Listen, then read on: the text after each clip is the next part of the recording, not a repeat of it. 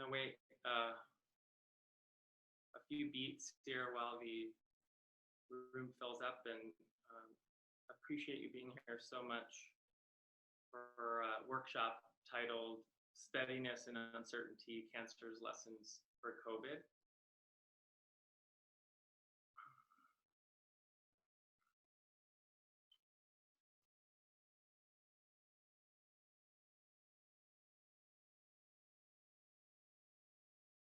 I see a good morning from Arlington, Virginia. If there's any other locations to be identified. I guess it's afternoon now, so good afternoon. Wherever you are, it's a beautiful day in Los Angeles, a little cooler, and it's nice to have a break from some of the heat. But wherever you are, that's part of what we're doing today is being present with things just as they are. So my name is Pier. I'm a certified oncology social worker and a cancer support community Los Angeles facilitator. I bring mindfulness into this work and my other work as a counselor for the Steps Through OC program, a national virtual ovarian cancer support service, as a private practice therapist, and as a clinical supervisor, and as a Master of Social Work educator at USC. To be a social worker is to be an advocate for social justice.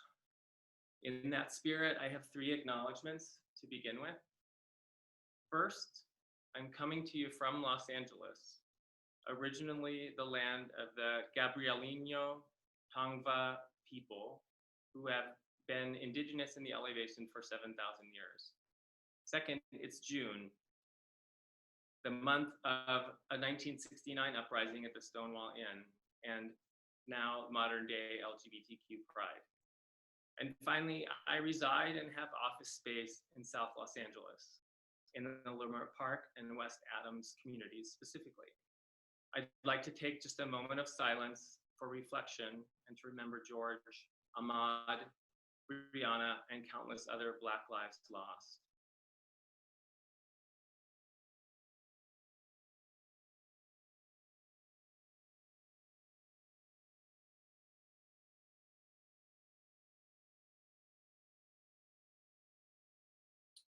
Thank you. So we're talking today, I'm going to share the screen, about steadiness in uncertainty, cancer's lessons for COVID. Oops, how do I do this? Forward. Bear with me.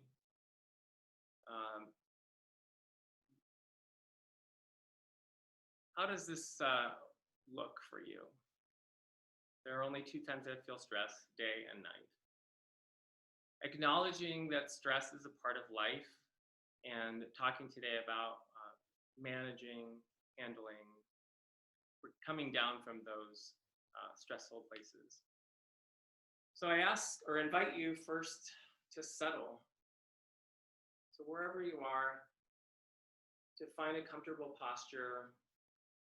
Notice how you're seated. Your attention has been on multiple things, setting aside as much as you can, letting yourself settle into this moment. Feeling your body wherever you're seated or standing, you're lying down, you're walking. Feeling the sensations of your physical body. Noticing the nature of your thoughts, your mind. Is it racing? Is it busy? Is it dull? Is it right on, tuned in? And allowing whatever's arising in your heart center, feelings that come and go, settling into this time, this webinar together, letting go of what's next, what's coming, any goals, and any needs to accomplish, just setting those aside and allowing yourself to be present.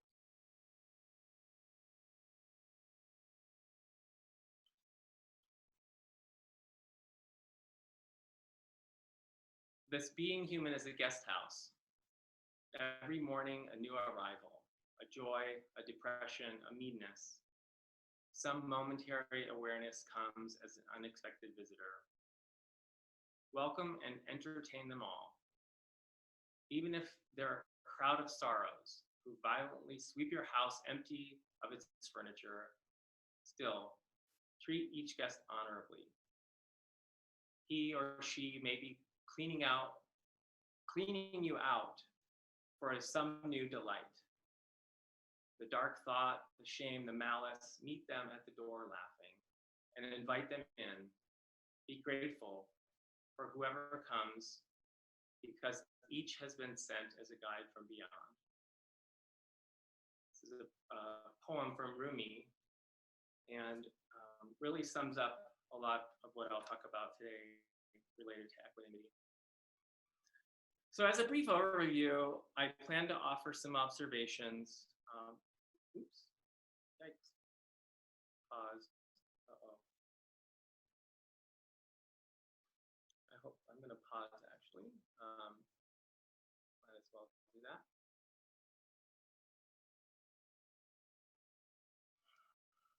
I plan to offer some brief observations, mostly those reported by cancer survivors and caregivers, noting similarities between the cancer trajectory and COVID-19 mitigation. I kind of wish I had called this Cancer and COVID, Welcome to My World, and you'll see what I mean in just a minute. Then I want to highlight what I have consistently observed in these individuals, whether current patients, cancer survivors, or caregivers, that has buoyed them in very choppy seas and is their guiding light. This is metaphor and imagery that I use frequently. And I've often wondered why cancer care and mindfulness both are chock full of a host of metaphors. And I recently was listening to Dan Harris, who's a mindfulness nerd and author of 10% Happier and the host of that podcast. I highly recommend it. And he said, metaphors enable cognitive shortcuts in our brains that help us make sense of complexity and bring some level of order when there's chaos and confusion. So to think about stormy seas and being buoyed, or having the lighthouse, or to use images like journeys, it makes sense. We're organizing as much as possible in chaos. In any case, in a word, what buoys and lights the way for people in the midst of the storm of cancer is equanimity. It so clearly applies also during a pandemic. So the genesis of this webinar came to me toward the beginning of April, when the precautions related to COVID-19 risks were ramping up and the realities of a global pandemic and social distancing were sinking in for the general population. People seemed rattled, worried, fatigued, lonely, shocked, confused, bored, among other things. And I noticed a strong contingency of people in cancer groups I facilitate, and many I support in individual counseling relationships, saying, welcome to my world, or cancer taught me how to do COVID. So here I was calling it a crisis, and I had a client emailed me and he said, I've got this. COVID's got nothing on me that I haven't seen already when facing off with cancer. So I thought it would be interesting to bring those observations forward and highlight some practices that could be helpful in the effort towards steadiness. So what we know from the literature, I'm going to pop back onto sharing screen.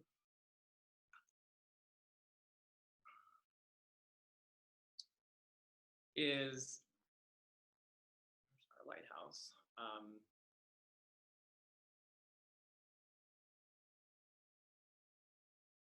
cancer and COVID often have the same effect of a crisis creates an amplified and intensified experience of upheaval, rapid changes in lifestyle, and awareness of threat and risks. And people say things like, my world was turned upside down overnight. So people familiar with the cancer experience were already familiar with some of these things. The sense of sheltering in place, not leaving the house, having major role changes in the family, maybe being bored, as caregivers sometimes being overwhelmed, depending, in the case of COVID, if there are kids at home, that you're working, doing school and dining, and this is all at the same spot, one table. Handshake was canceled, heavy hand washing, often bracing for bad news. Plans were postponed if you could plan at all. And curiously, individuals and caregivers already facing cancer seemed the calmest, the coolest, and the most prepared of anyone I was talking to. So I started asking, what is it? Why? What was this commonality so many navigating cancer during the time of COVID? Or as one individual who may be out there listening right now, hey Steve, corrected me, actually I'm navigating COVID in the time of cancer. Cancer prepared me for this. So people living with cancer, this is a little bit new to me here, so there we go. In light of this, this upheaval and rapid change, so much has to happen. There's an onslaught of information, things to do, resourcing is what I've identified it. There's all these adaptations, changes in scheduling, changes in income, changes in where people are at certain times of day. Then people settle into new routines. There's maybe a treatment schedule, going out on certain days and being home on other days.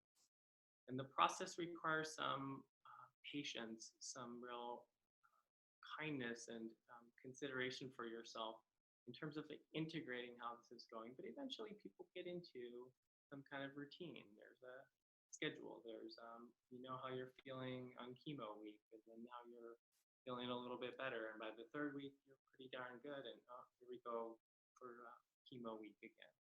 But there's a rhythm. There's a sense of, I get this now. And the other piece that happens then is what elements, what's coming that might be upsetting, that might upset the apple cart, so to speak. People living with cancer, individuals and caregivers, families, survivors living with chronic cancer, or those with no evidence of disease but worried about the other shoe dropping. Anyone living with serious and chronic illness goes through these challenges. They're challenges to body, mind, heart, to family, and to community every single day. And this is without the hope for a vaccine that will allow everything to go back to normal one day. And I think this is the big question right now is, what will this be? Life after, question mark. Is there life after cancer? What will life after cancer look like? Some will call it the new normal. What will life after isolation look like as we slowly emerge and reopen and resume life? So I'm not currently living with a serious illness, and this pandemic has presented me with an exquisite opportunity to deepen my understanding of and empathy for people living with cancer and their loved ones. It's forced me to imagine entering the land of the ill, where the roles can be switched at any time with a new diagnosis. One day the clinician, the next day the patient. One day the one giving care, the next day the one receiving it. And for a lot of people, we've been transported and having a sense of being exposed, so to speak, to some of these challenges. The dread of fearing the worst, unable to plan, facing mortality for ourselves or others, or sensing into the worry of physical symptoms for ourselves or for others. Debating whether to stay home or venture out using the protection of a face mask, steering clear of crowds, suspicious of the uncovered sneezer or the sweaty jogger. Taking calculated risks now, going to school, pharmacy, having kids in care, going to family gatherings, houses of worship. Forget concerts and sporting events, not yet. And confused by the indeterminate duration. How long is this gonna last? Revisiting recommendations. Done that over and over. What's the latest? What's the latest? These are familiar questions, concerns that people living with cancer have thought over. And then there's the question, will this get worse before it gets better?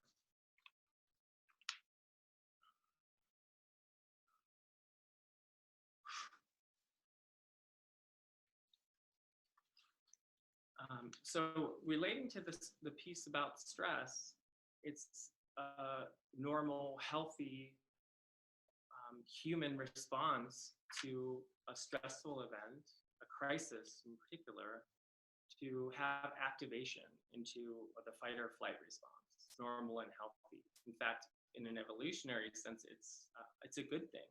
We can protect ourselves, and we survive when we know risks and move away from them or stand up to them. And this activation is experienced in the body, physical clenching, tightness, holding on, anything to prepare for a fight or a flight, or fainting is another possibility. Happens in the mind, that we're on alert, constantly checking in, paying attention to, hypervigilant. And emotional states that are very up and down. There can be a lot of movement, a lot of fluctuation that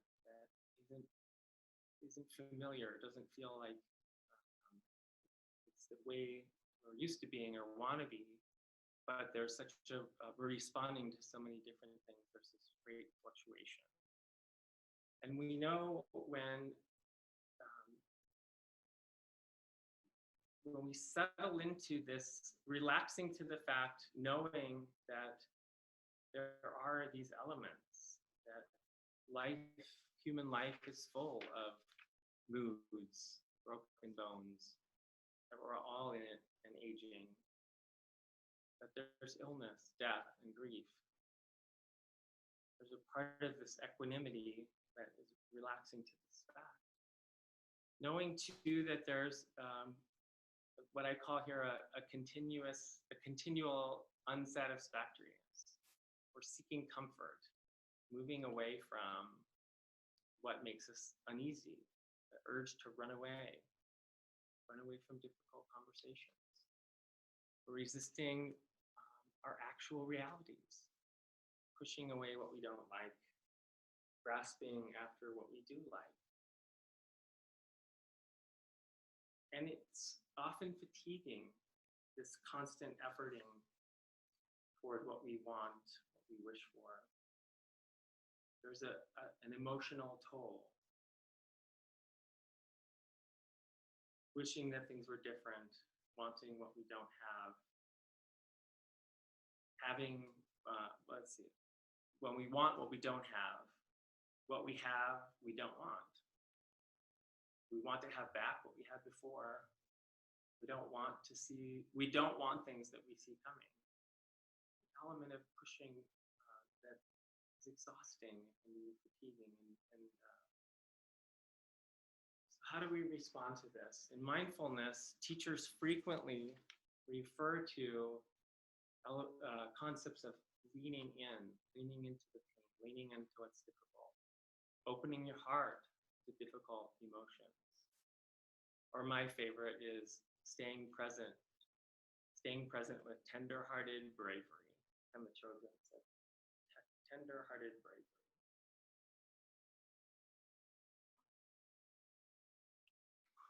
And lately, with social events, social disruptions, been hearing a lot about sitting with discomfort. There may be elements of equanimity and bringing forward this willingness, this effort towards steadiness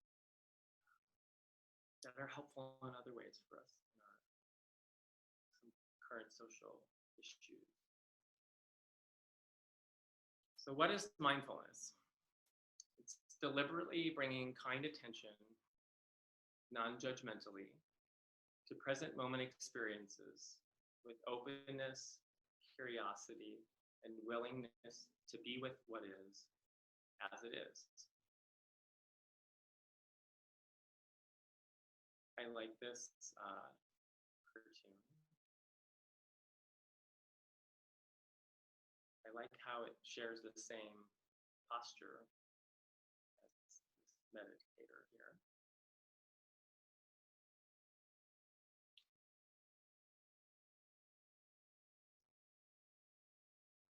And I like this graphic, bringing present moment awareness. It's awareness of our thoughts, the sensations of the physical body and emotions, as I used in the settling exercise at the beginning. And we're also in context. We're in places where there are sounds and other movements, activities happening. All of our senses are part of awareness, sights and smells and tastes. So we may not focus on smells or tastes often in mindfulness practice, but anything in the sense fields can bring us immediately back to the present. And we have a timeline. This is a temporal experience, that the present is only happening right now. The river running past is only that river one time for that moment, because it's forever flowing forward and changing moment by moment, the changing of the shape, the movement, the actual makeup of the river. And we're situated in a culture, in a time, in a history, which also influences how we're able to be present, what we're aware of, and what draws our attention.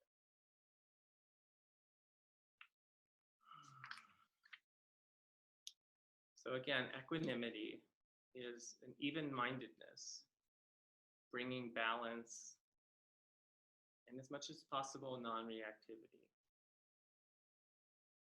How do we have a mind that can be okay no matter the circumstances and conditions that life is bringing?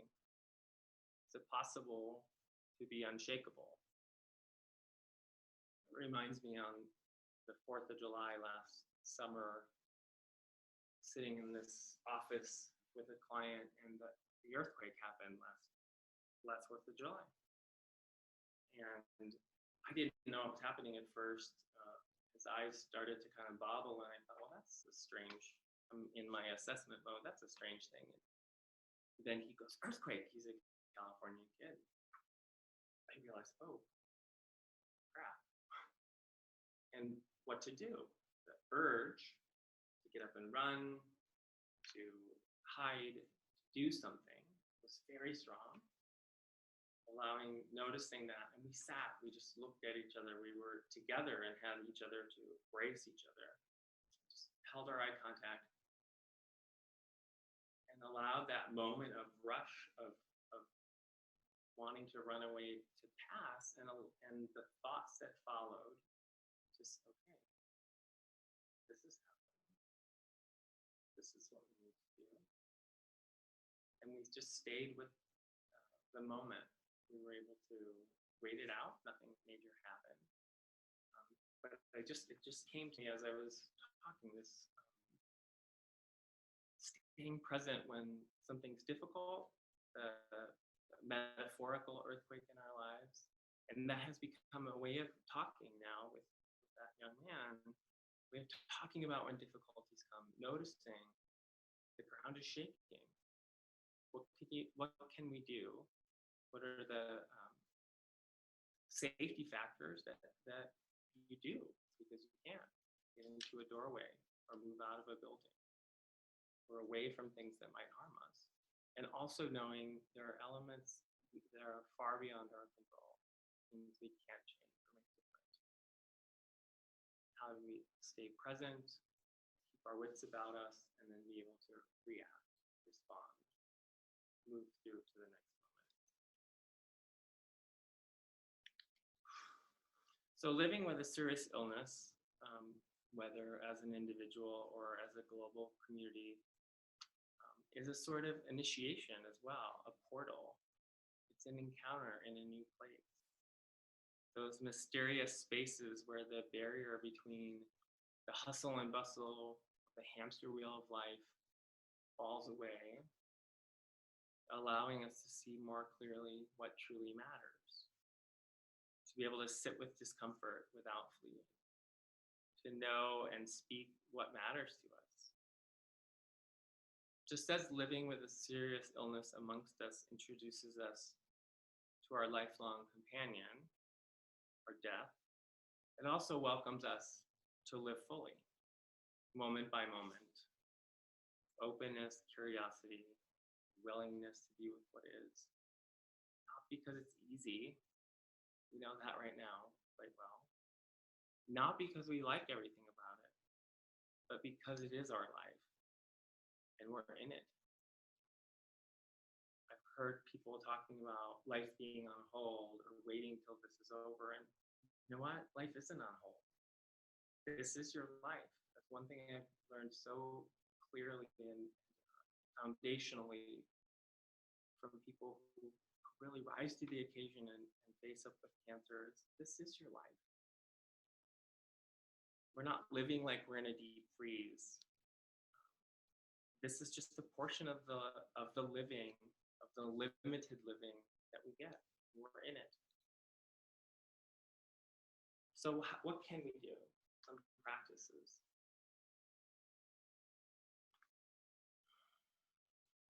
I started with a breathing practice, just sitting, settling.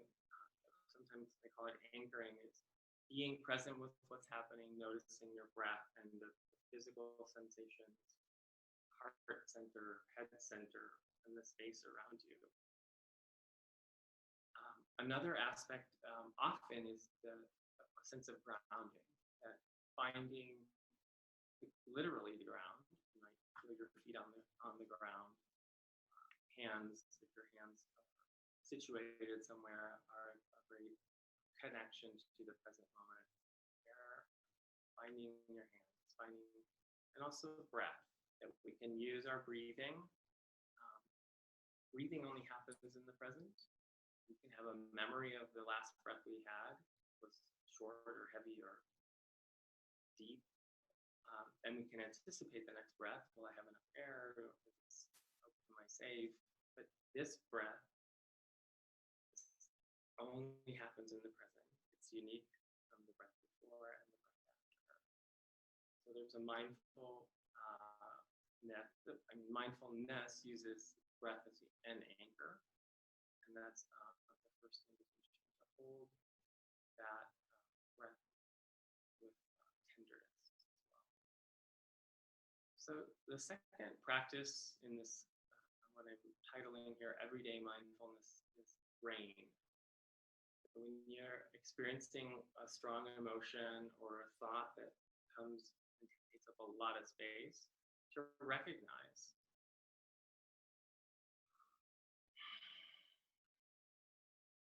Allowing. This is the life to be just as it is, part of mindfulness. Allow that to fight off, push away. There's energy that's not necessary. Just noticing, then investigating. Let's say it's anger. Anger feels like this.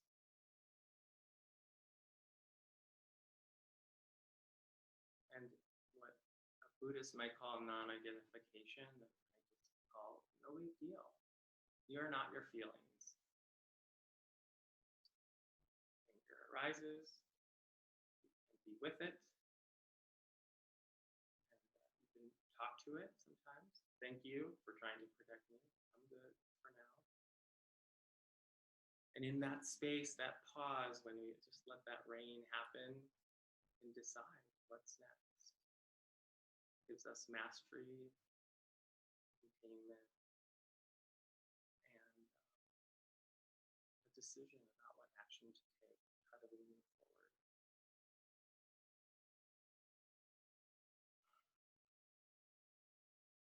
Walking meditation.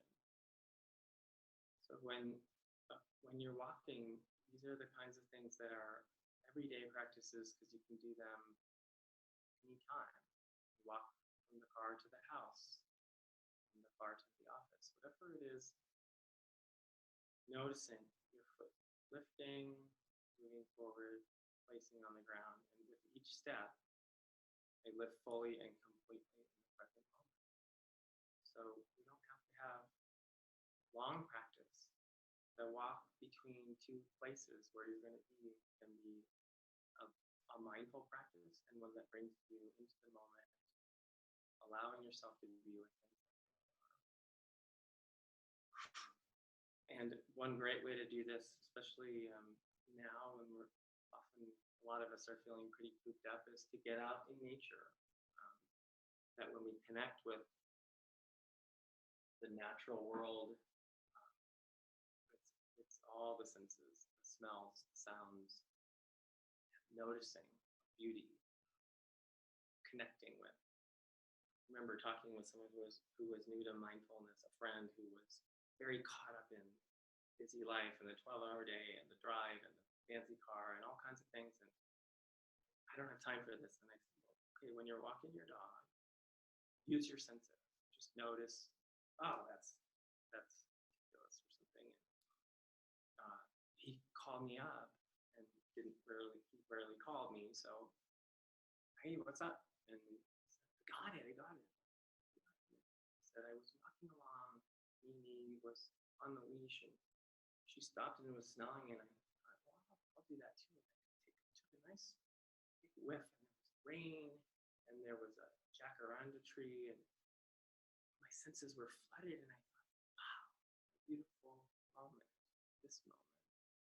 And I noticed I was there. So I thought that was so interesting. I was there for my life. Yeah, nature is our wake-up call. There's a great book. Oops, I don't have it with me, but it's called Training. Let's see, it's called How to Train a Wild Elephant. And there's lots of practices in there. Oh, one that I wanted to mention was a time I was on retreat and I was walking a hike. They said miss an occasional sitting session of meditation, do something for yourself. So I went on a hike. And as I left the retreat center, I thought, wow, when's the last time I was somewhere where nobody at all in the whole world knew where I was? I mean, I was within reach of the center, but they didn't know where I was going to go. I didn't have a cell phone. I just was off on my own. And it was this wonderful moment. And then I walked and realized, I have no idea where I am. And panic came. Panic feels like this. Okay, I can't text anybody, so what am I going to do? And I remembered a practice I learned from this book, Square in the Middle, Blue Square, to spend the day noticing things that are blue. Just kind of walking through each day and noticing. So I remembered in that moment, the hiking trail had blue plastic ties along the way. So I just closed my eyes and took a nice deep breath and got centered and opened my eyes and I looked to notice the blue. And there it was. And then the next one, and I started walking and I was back on the trail. It was that practice, allowing the emotion, the strong feeling to come, staying centered with it, equanimity, and noticing my surroundings and re-engaging. Let's see, I want to offer just a couple more. Oh, stop. This one's a little more simple, and I think this is great for kids. when, especially when they're learning to spell, to stop, take a breath, observe, and whether that's looking inward, observing what's going on for me, or observing external world. Nothing to do, just noticing where I am. So stop, breath, observe, proceed. That can take 3 seconds, 30 seconds. Brings us back to the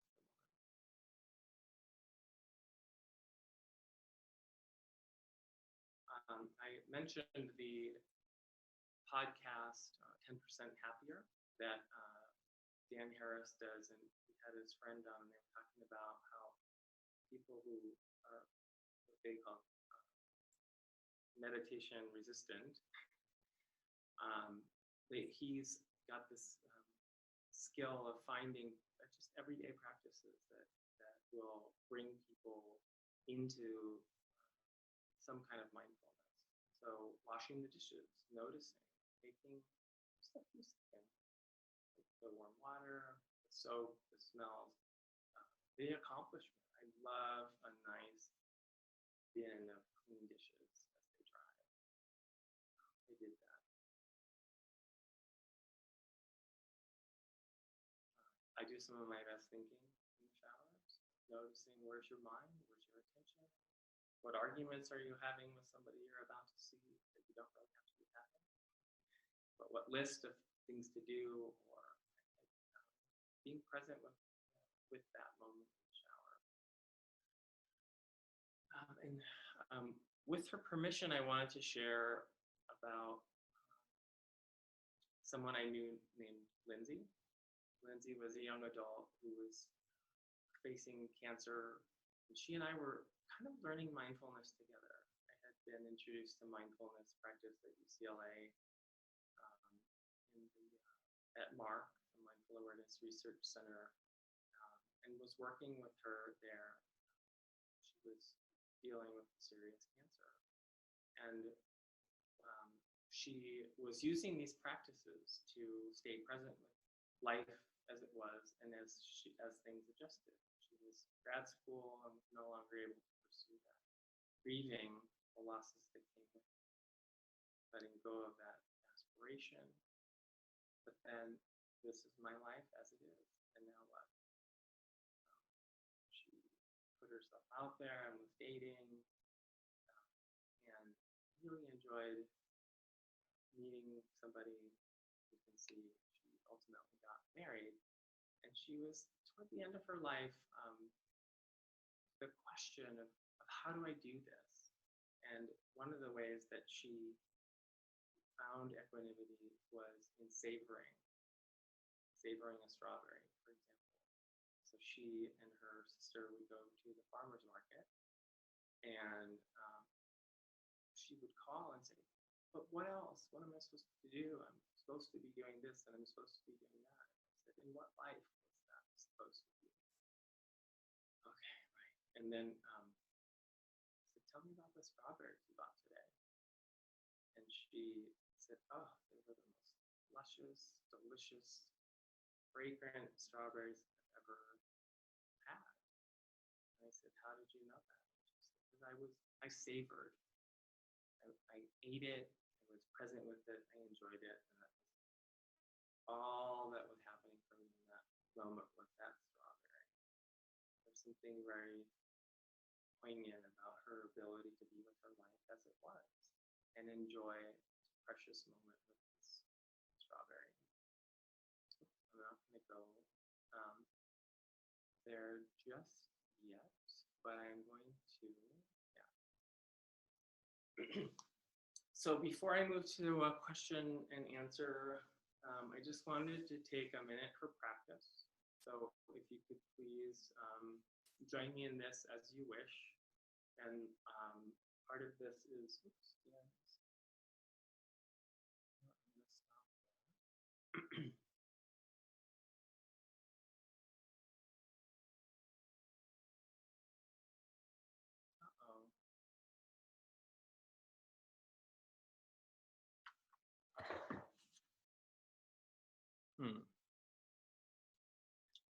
I'm wondering, is that any better? Shoot, I did not see that until now, that the sound was a problem. Oh, shoot, that's too bad. Well, here we are. My apologies for I guess I was too far away from my laptop and, all right, so back to the practice. Hi, Jim. So if you'll bring yourself into a posture that's comfortable and dignified, we have a way of dignifying every moment by how we enter into it. So find a way of sitting or standing or lying down. It's comfortable. Bring your awareness to where you are, to your surroundings, sitting in this moment, space around you. If you wish to close your eyes or just lower your gaze downward, you can do so.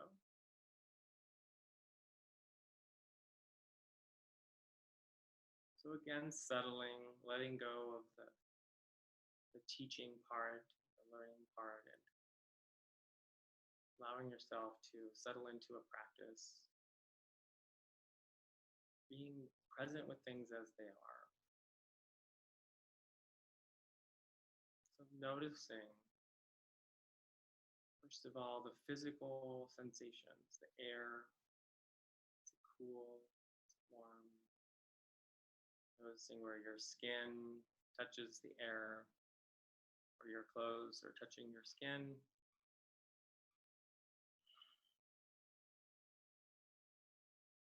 No need to shift or change or do anything, just noticing these physical sensations of this moment.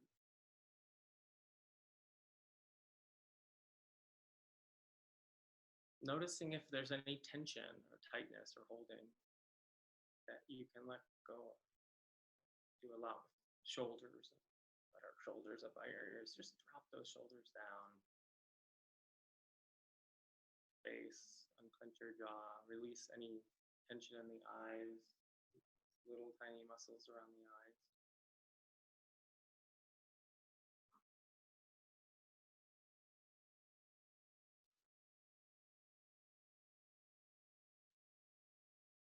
And listening now to sounds around you.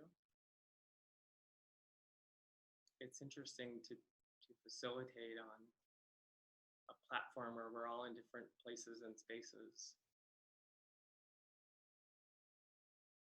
Here I have the whir of a fan, truck rolling by. Notice what's happening around you, the sounds, my voice.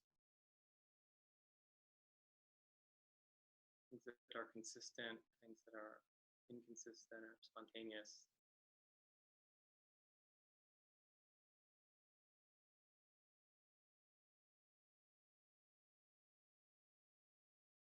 And if you wish, following along, bring your hand to your heart. Use my right hand. Bring your hand to your heart, connecting with your heart center.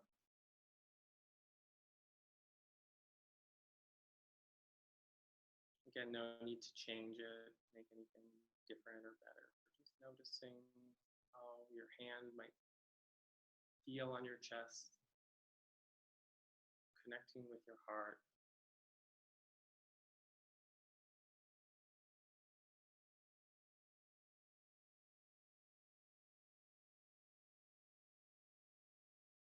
And offering some kindness to yourself. You can repeat in your mind after me. May I be healthy and safe. May I be at ease. May I know happiness and the root of happiness.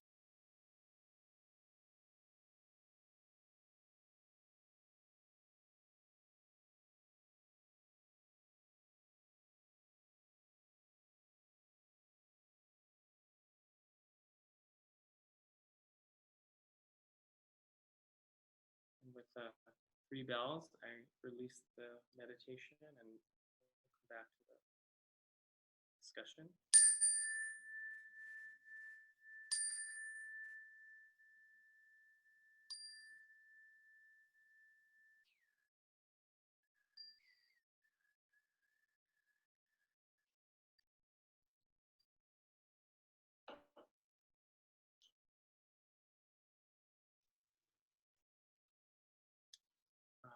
Now, I believe I will be able to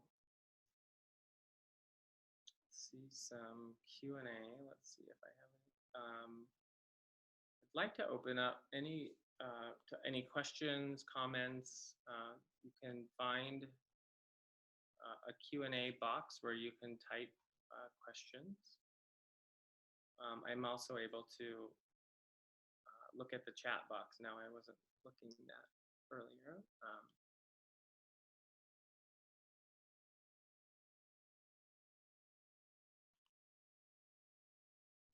So one Zoom chat comment is someone acknowledging dual roles. So the need to hold for others. So it might be a therapist, a provider of some kind, or a parent when we're holding steady for another person. And also at the same time going through our own, maybe a physical illness or a loss. And the world.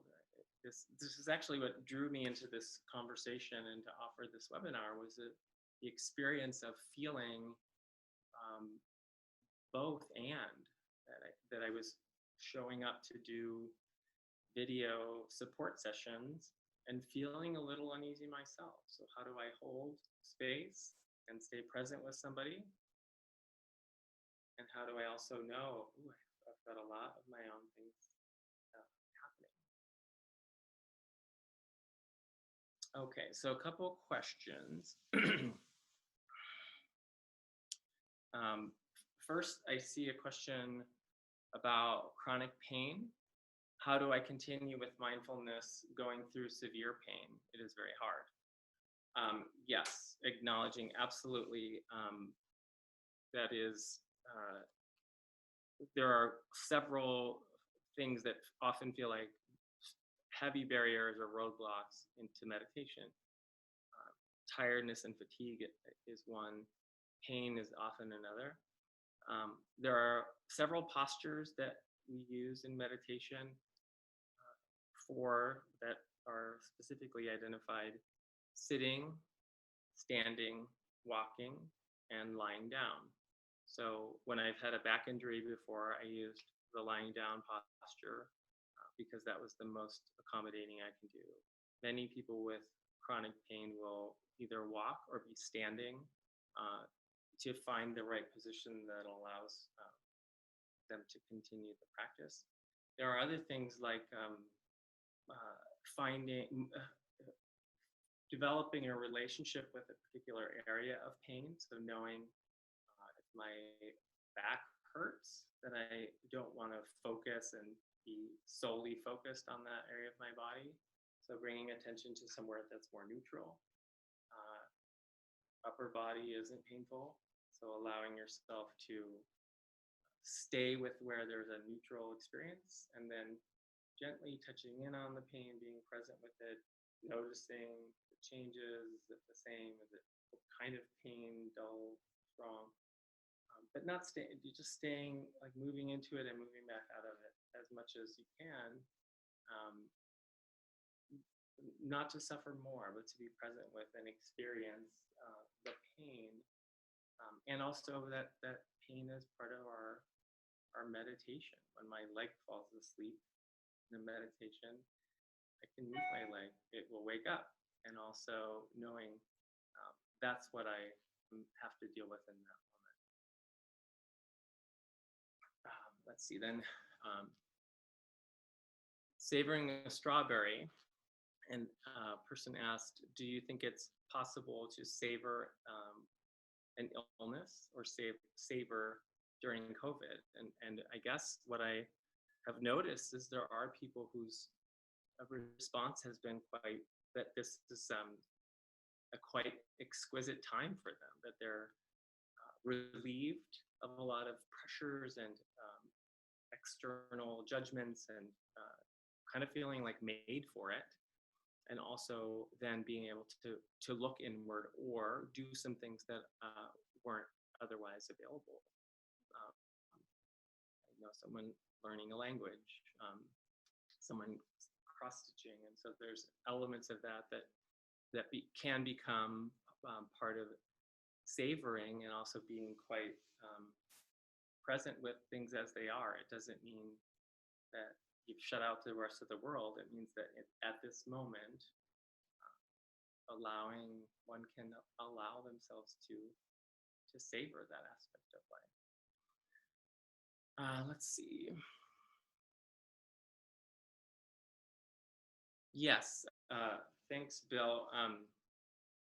One of the ideas that I learned early in my career, hi Judith, you're here too, is about an assumptive world, that oftentimes illness, a change, a major crisis will have take away from us the assumed future. So we've been planning for and anticipating and making all the arrangements to do things, and that letting go of that future requires grieving. So yes, grieving the loss of, I think of high school seniors who didn't have graduation, or my students at USC who didn't have a graduation the way that it's always done. That there were too many people saying, that's all right, we'll do it this way, and don't you worry, you'll be recognized, or we'll do it next.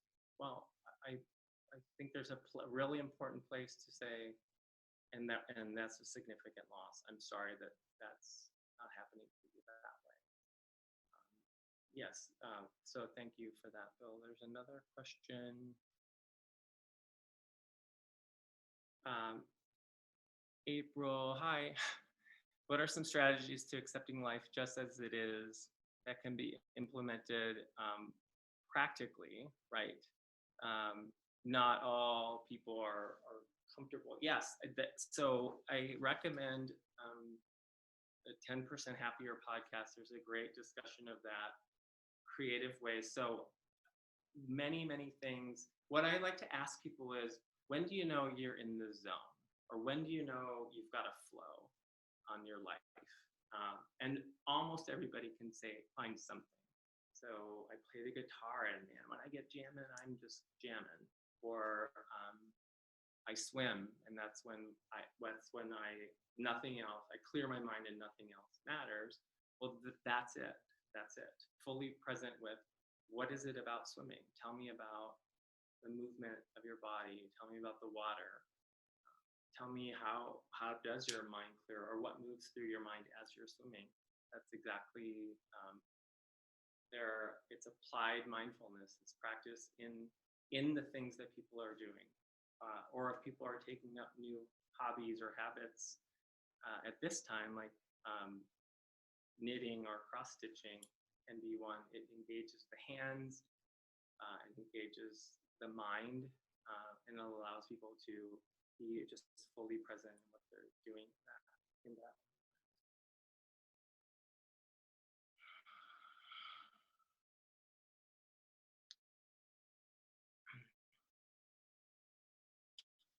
So one other comment here was noticing that having cancer helped not be scared of COVID. And I think that was the very motivation when I started to hear, when I was feeling anxious and worried. I have 2 children who are young, and thinking, how am I going to keep us all safe? How am I going to keep my family safe? And not understanding what was going on, feeling like it was more than you could possibly understand or handle. And I'm going into a situation where I'm talking with people, and I am to be the one supporting and holding a container for them. And what I realized was that many people who have faced mortality in this way have connected with what really matters, and have let go of some of these elements of life that keep us up here and busy and not present. When those are blocked out, that those were the folks who had some clarity and were able to really be present. So Alam, I see your comment, and I really appreciate that, and how that brought me to this webinar. So this has been a very new experience for me. I've done a couple of phone webinars in the past, but I really appreciate your patience with any technological bobbles and your putting forward questions. I hope they were answered. And I am available to answer questions or to stay on for further discussion with anybody who would like to do so. And see, Larissa, I don't know if you can answer me if there are, I do have some ideas, some resources that are more tangible resources that I could provide to people. Oh, that was actually part of the share that I had. Well, anyway, if you can be in touch with the community, and we can,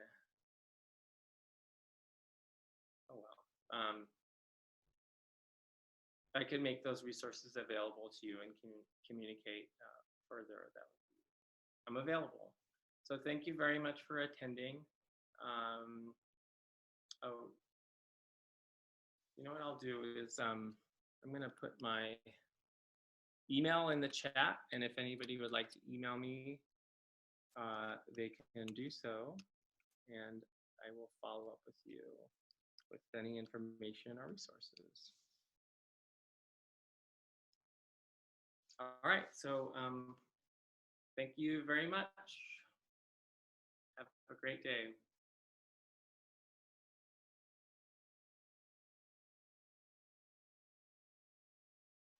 Bye, Elaine.